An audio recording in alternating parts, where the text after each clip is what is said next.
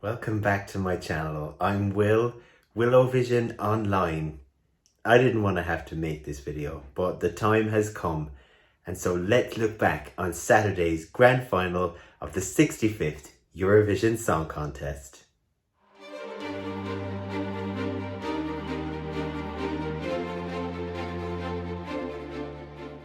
After 2 fantastic weeks of following the rehearsals from home and watching the semi-finals, the moment had finally arrived. The grand final was here. A couple of hours before it went on air, I appeared on BBC News, and when asked who I felt was going to win and who my favourite was, I said that it was Italy. And lo and behold, that's exactly what ended up happening later in the night. But before we get to the win, let's give a bit of a review of Saturday night. 8 o'clock came here in the UK and I was sat down ready to just consume Eurovision like never before. Having missed it so much last year, it was brilliant to have it back. And the approach by the Dutch host broadcasters was nothing short of fantastic. Within 10 minutes, we had the first song on screen. The opening number, Venus, by Shocking Blue of 1969 and of course Bananarama 1986, was a great choice for 3 of our hosts to sing us into the grand final with. And the choice of visual graphics to really up the spectacle in terms of the flag sequence was phenomenal. We were told that these virtual graphics were going to be used in some ways, and it was tremendous how impactful they were at the opening and later when that striking bridge from the centre of Rotterdam was effectively there in Ahoy. Stunning. Once Cyprus had performed, we were off and running. And the cheers from that home crowd were electric when it came to each and every performance. Some getting bigger cheers than others, but an overwhelming sense of joy was completely coming through on screen. As I said in my videos around the semi-finals, Portugal were my favourite semi-final qualifier, and I had a soft spot for them and was rooting for them on Saturday night. Like I had on Thursday for their qualification, I did vote for them again on Saturday night. I loved the Afrojack interval. That was really something special. And seeing the previous winners on those rooftops, that was a great addition to the contest. Also, the fact that we got to see the Edzilia Carpool Karaoke was also a real treat, knowing that had been filmed in early 2020 before the pandemic really took hold across Europe and beyond. Despite the fact that he couldn't be there, Duncan Lawrence's rehearsals on the stage were turned into his performance on the night, and so while he wasn't there live, we still got to see the longest reigning Eurovision champion of all time perform Arcade and his new song too. What can I say about the voting? Jan and Chantal guided us from country to country as we crossed through the jury results of all 39 participating nations. To see the United Kingdom finishing with no points at that moment was surprising and disappointing, of course. Someone had to be there, but coming into this, I did have high hopes for James Newman, and Embers as an entry by no means deserved to be in last place with no points.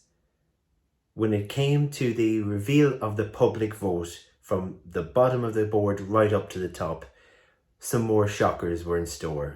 The United Kingdom getting 0 points from the public. A lot can be said about this, and it can be spun in any number of ways. But ultimately, the top 10 ranked songs overall by the juries and by the public are the countries that will get the points. When it was looked at in terms of the breakdown, I believe from the Polish jury, he was ranked 11th, so he nearly had a point from there. What can be said about this other than the UK put in what they believed would work, but the standards had since been moved so high. And so this entry that might have done well in 2016 or 2018 or even 2019 was not staged well enough now to really be as impactful as it would need to be to garner those votes. But the UK wasn't the only nation to receive 0 points from the public vote. Germany, for the second contest in a row, also received 0 points. And then came Spain's 0 points, and hosts the Netherlands, 0 points. This has never happened to as many countries since this version of the voting was implemented in 2016. And it just goes to show how brutal it really can end up being. The cameras cut to James and we could see how surprised and bewildered he was, but at the same time, he wasn't broken by this and he wanted that to be shown, which led to a standing ovation by all of the competing nations around and the audience giving him massive cheers, as they did for Spain, for the Netherlands and for Germany too. And so that was what was happening at the bottom of the leaderboard, but as we went up through the ranks, we could see that really there were only just a few countries that really were going to have what it took to go right up to the top and right up to the wire. Italy were leading, and once France had received their points, the amount of points total available was not going to be enough for Switzerland to overtake Italy and Måneskin and to claim that victory. But it was dragged out so long, the tension was crazy. Once the result was finally announced, the reaction was euphoric for Måneskin and the Italian delegation. We saw Barbara Pravi embrace Gjon's tears. We saw a hurricane come over to give Damiano a big cuddle. There really was a party atmosphere going on in that green room. Granted, delegation bubbles were meant to be kept separate from others at the 1.5 meter social distancing, but I think with drink and with the excitement, that really didn't happen for the duration of the event until the credits rolled. Måneskin are a young rock group, and you could see how emotional all four of them were as they made their way to the stage to receive the Eurovision trophy from the podium, not from last year's champion Duncan Lawrence. Rock and roll never dies, lead singer Damiano said, and I think this is certainly the message for this year, in that a group could come out of nowhere with a rock theme and song and scoop the title, taking it back to Italy for the first time since 1990. Once Edzilia, Chantal, Jan and Nikki had said good evening Europe and good morning Australia, the show was over, bar the reprise by the winning performers. And their finalists came up to the front of the stage. Katarina from Go A was definitely spotted in her green luminous rocking out to Måneskin. And then the contest was over, and I couldn't quite believe it. It was midnight, it was Sunday morning, and Eurovision had been staged for the first time since 2019. And then followed the press conference. Martin Oosterdal, the new boss at Eurovision, handed over the pack to the head of delegation from RAI, and she said that they were so delighted to be bringing Eurovision back to Italy and that a bidding process will take place in order to decide where the contest will be staged next year.